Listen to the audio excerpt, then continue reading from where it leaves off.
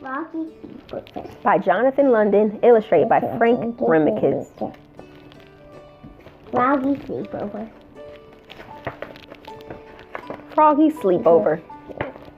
Scholastic Ink. It was Friday and school was out. Froggy flopped home from the school bus. Flop, flop, flop, singing, hooray, hooray, it's Friday, Friday, I'm going to Max's for a sleepover. That's great, said Froggy's mother, and she gave him a plate of chocolate fly cookies. This is your first sleepover. Are you nervous? Of course. Who, me? Of course not, said Froggy, and he hopped up and flopped to his room. Flop, flop, flop. Flop, flop, flop. He pulled a big sack from his closet. Slam. Slam. Stuffed in his sleeping bag. Sloof. Squeezed in his pillow. Poof. Slapped in his pajamas. Puff. Shoved in a pair of underwear. Boom. There, he said, and flopped outside, dragging his sack behind him. Sloop. Froggy! Called his mother. What? Did you forget your huggy? Did you forget the huggy? Oops, said Froggy, and flopped back inside. Flop, flop, flop. I found it, he yelled. It was in the cookie jar. Slam. Then out the door he went, dragging his sack behind him. Sloop. Froggy! Called his mother. What? Did you forget your toothbrush?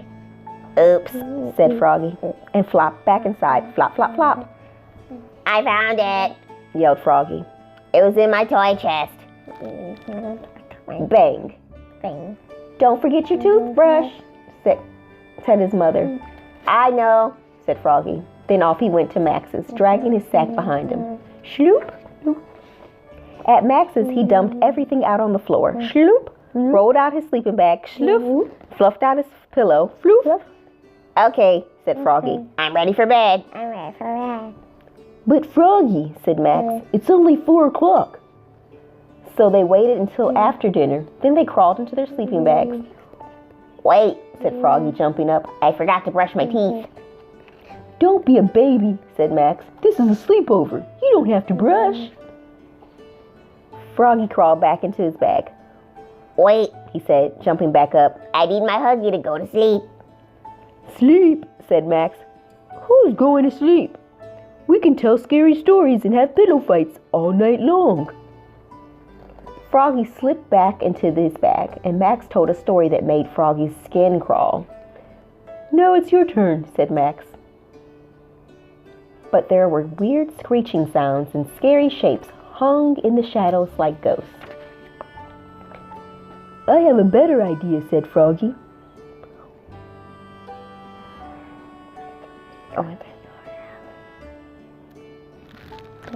I have a better idea, said Froggy. What? Said Max. Let's go to my house for a sleepover. When they got back to Froggy's, they tiptoed inside the dark. Quiet, quiet. Crash! Froggy bumped into a lamp and knocked over the goldfish bowl. Splash! Froggy! Yelled his mother. What's all the ruckus? She flicked on the light. Oops, cried Froggy, looking more red in the face than green. We decided to sleep here instead. Oh, Froggy, said Mother. I thought you wanted to sleep at Max's. I did, cried Froggy. But, I was hungry. And you make the best popcorn. Can you make us some, please? Okay, you little munchkins, said his mom. Pop, pop, pop. She made them some buttery popcorn, then went back to bed.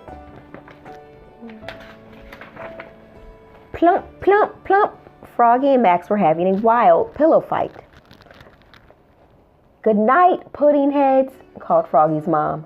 I hope they go to sleep soon, groaned Froggy's dad. Me too, moaned Froggy's mom.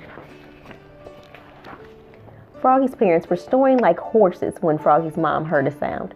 Her eyes popped open and she flicked on the light. Max was standing by the bed. I have a tummy ache, he said. I want to go home. Ah, So back they went to Max's, dragging their sacks behind them. Sloop. But there were still weird sounds and scary shadows there, so they went back to Froggy's. But Max wanted his own pillow, so they went back to Max's. But Froggy wanted pink lemonade, so back and forth they went, sloop, sloop, sloop. Till at last they fell asleep at Max's house at 9 o'clock in the morning. Wow. The end.